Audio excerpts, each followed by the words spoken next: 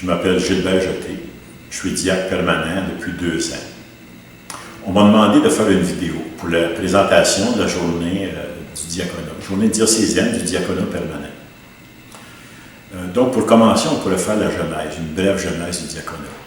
Le diaconat a été présent dès le début de l'Église. On peut le constater dans Actes 6, versets 1 à 6.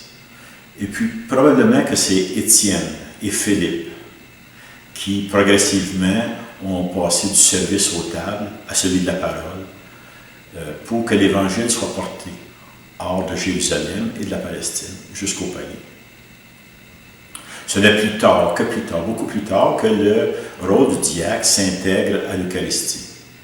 Après le 3e siècle, le diaconat commence à décliner, sans fonction spécifique autre que la liturgie.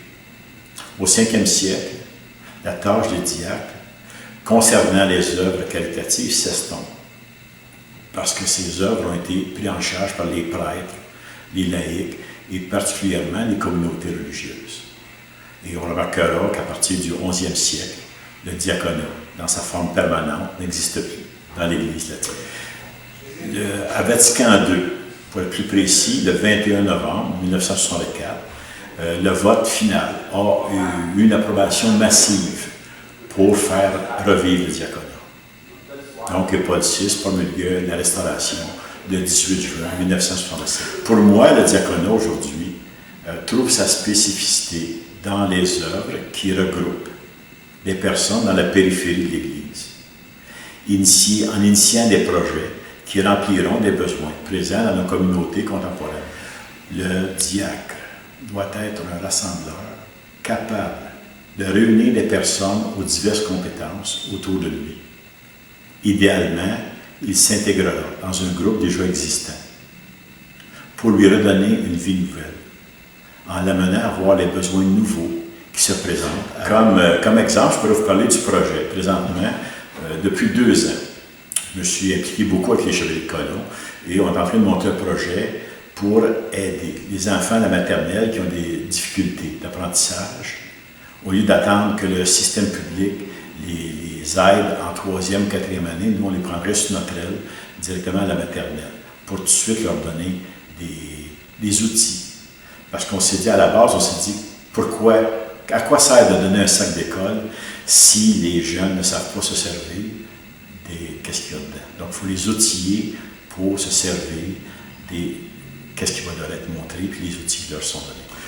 Donc, c'est un projet qui nécessite des fonds aux alentours de 18 000 à 20 000 $ par année. Et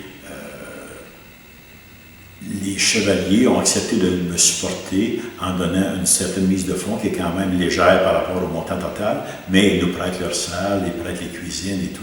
Donc, quand même, ils font beaucoup à ce niveau-là. Mais je me dois, moi, de m'investir pour ramasser des fonds. C'est à ce niveau-là, je dis que le diacre doit être inventif dans sa façon de faire cette chose, cette partie qui vient avec le projet. C'est sûr qu'il y a les baptêmes, les mariages, les funérailles, qui sont des moments privilégiés pour la pastorale. Parce que nous avons devant nous des gens qui, dans une étape spécifique de leur vie d'adulte, puis ils sont ouverts. Ils viennent nous voir, donc c'est important de donner une image de l'Église ouverte et accueillante aux différentes conceptions de la spiritualité, sans pour autant les justifier. Pour moi, le diaconat est un ministère qui se vit en dehors des murs de l'Église. Toutefois, il est important de ne pas l'amputer, de ne pas amputer la diaconie de présence en liturgie. Dans la proclamation de la parole, par sa prédication et son implication dans la communauté, le diacre rend permanent le message de l'Évangile pour son milieu de vie. Le diaconat, sans sa dimension de proclamation, de prédication à l'intérieur du culte, devient un service social, ni plus ni moins. En contrepartie, l'Église, sans sa diaconie de service et de charité, pour rendre vivante et agissante la parole, se cloîtrerait dans sa dévotion. Pour présenter Dieu, un Dieu aimant, dans une Église attentive à des besoins particuliers, il faut des ministres ordonnés, prêtres et diacres, qui s'impliquent pour essayer de répondre à toutes sortes de pauvretés rencontrés dans nos milieux respectifs, autant pauvreté spirituelle que physique ou psychologique. Oui, la tâche est énorme et nécessite d'impliquer des personnes de nos milieux pour répondre autant que possible aux besoins. L'Église sera ainsi davantage un peuple serviteur ouvert aux besoins des personnes d'aujourd'hui. Et la communauté y verrait une référence à celui qui est venu pour servir et non pour être servi. La communauté évolue et ses besoins dans une perpétuelle mouvance. Pour répondre au mieux, selon nos possibilités, à ces nouveaux besoins, le diacre doit lui aussi être en perpétuelle adaptation à sa communauté locale, tout en étant au service de l'Église.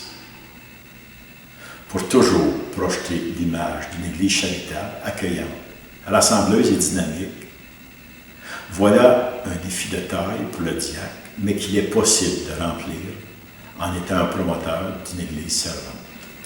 Donc, cette vidéo a pour but de vous inviter à la journée diocésaine du diaconat permanent qui se tiendra en l'église de Saint-Sébastien. Le 12 octobre 2014, la messe va être célébrée à 10h30. La messe va être célébrée par Monseigneur Lapierre. Alors, je vous invite à venir en plus grand nombre possible. Et ceux qui ne pourront être présents, je vous invite à vous unir en prière à la messe. Merci.